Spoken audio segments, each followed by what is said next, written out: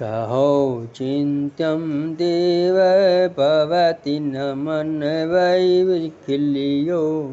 सहौ देवम् आत्मम् अवतरित भूमिग्रह इति दिवौ सिद्धाश्रम वै गति इति भवेत् अस्पन्दितमहो महं देवं व्यग्र इहमिद्य सदैव पुण्यगति वै। आप सही अर्थों में सिद्धाश्रम के प्राण स्वरूप है, जिससे बिना प्राणों के देह का कोई अस्तित्व नहीं रहता। जिस प्रकार से बिना आत्मा के शरीर स्पंदित नहीं होता, उसी प्रकार आपके बिना सिद्धाश्रम की कल्पना करना भी व्यर्थ है। सिद्धाश्रम निश्चय ही अद्वितीय सिद्ध स्थली है। यह सिद्धाश्रम जो हजारों लाखों वर्षों से गतिशील है, सुनसान सा पड़ा हुआ था, जहाँ उच्च कोटि के योगी किनारों पर बैठे हुए तपस्या में रत थे, जहाँ न किसी प्रकार की कोई हलचल थी, न कोई स्पंदन था। ऐसा लग रहा था जैसे यह सिद्धाश्रम नहीं अपितु कोई शमशान स्थली हो। मगर आपने इस सिद्धाश्रम का पूर्ण परिवर्तन किया। यद्यपि आपने जितना संघर्ष, जितनी चेतना झेली, जितना विरोध हुआ, जिस दृढ़ता और क्षमता के साथ में आपने इन सब को झेला है, वह हमारे लिए एक आश्चर्यजनक बात है। आज सभी सिद्धाश्रम के योगी और सन्यासी इस बात को स्वीकार करते हैं कि जो सिद्धाश्रम निष्प्राण, निर्जीव और निष्पन्द था, आपने उसमें चेतना दी। आपने सही अर्थों में उसे सिद्धाश्रम बनाया। आपने सही अर्थों में यह एहसास करा कि ऊर्जा ईश्विता जीवन को प्रवाह प्रदान करती है, और उस सिद्धाश्रम को इस योग्य बनाया कि आज देवता भी उसमें आने के लिए उत्सुक रहते हैं। आपने उसके निष्प्राण शरीर में प्राण स्पंदित किए हैं, उसकी सुनसान स्थली को चेतना युक्त और ऊर्जा स्थिति ईश्विता युक्त बनाया है। अब इस सिद्धाश्रम में गति है, स्पंदन है, हलचल है, मस्ती है, तरंग है, छलछलाट है और जीवंतता है।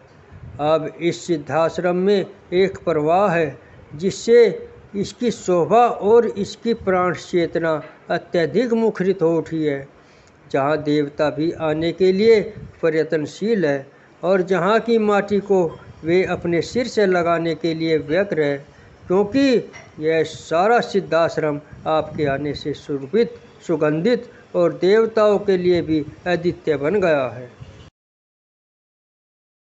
निखिल त्वं प्राण तवम भवति भव स्पर्श महमहो महत सिद्धि इस पर भवति नृत्यो करतिया मोदयोगी स्पर चरण कण पूर्ण सहमहो ऋषि साक्षम पूर्ण भवति महतम चंदन इति।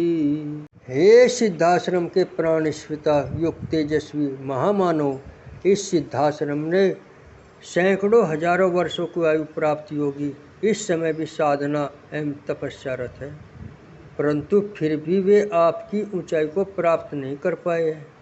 आपने जिन सिद्धियों को प्राप्त किया है, वहां तक पहुंचने के लिए अभी इन योगियों और तपस्वियों को सैकड़ों वर्ष लग जाएंगे।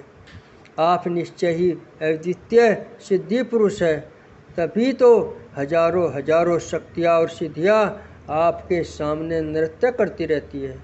मैं ही नहीं अपितु सैकड़ों सन्यासियों का यह अभिमत रहा है कि आपसे मिलने पर तो उनके शरीर से सुगंध प्रवाहित होती है, मगर आपके दर्शन मात्र से ही उनमें वे वृत्तियाँ जागृत हो जाती है, जो वृत्तियाँ जीवन को प्राणवान और ऊर्जावान बना देती है। जो एक बार भी आपसे मिल लेता है, अपने आप में ही उसकी कुंडलिनी जागृत हो जाती है। जो एक बार भी आपके दर्शन कर लेता है, अपने आप में ही उसमें एक प्रकार की चेतना स्पंदित होने लगती है। मैंने यह भी अनुभव किया कि कई वर्षों तक साधनाएं करने के बाद भी जब सफलता नहीं मिल रही थी, उन सन्यासियों ने जब आपकी चरण धूलि को चंदन की तरह ललाट पर लगाया है, तब उसी क्षण एक बिजली सी कौंधी और उनका सारा शरीर झनझना गया। उसी क्षण ऐसा लगा कि जैसे एक विद्युत प्रवाह सा पूरे शरीर में वेग से बह गया हो। पूरा शरीर एक अद्वितीय ऊर्जा से भर गया और जिन साधनाओं में सिद्धि नहीं मिल रही थी, उन साधनाओं में भी पूर्ण सफलता प्राप्त हो गई। यदि आपके स्पर्श से यह अद्वितीयता प्राप्त हो सकती है, तो आप कितनी ऊंचाई पर है। हम हजारों साल की तपस्या करके भी आपके जीवन की पूर्णता को और चैतन्यता को प्राप्त नहीं कर सकते। यदि उसका अक्षणांश भी हमें प्राप्त हो जाए, तब भी हम अपने जीवन को धन्य और सौभाग्यशाली समझ लेंगे।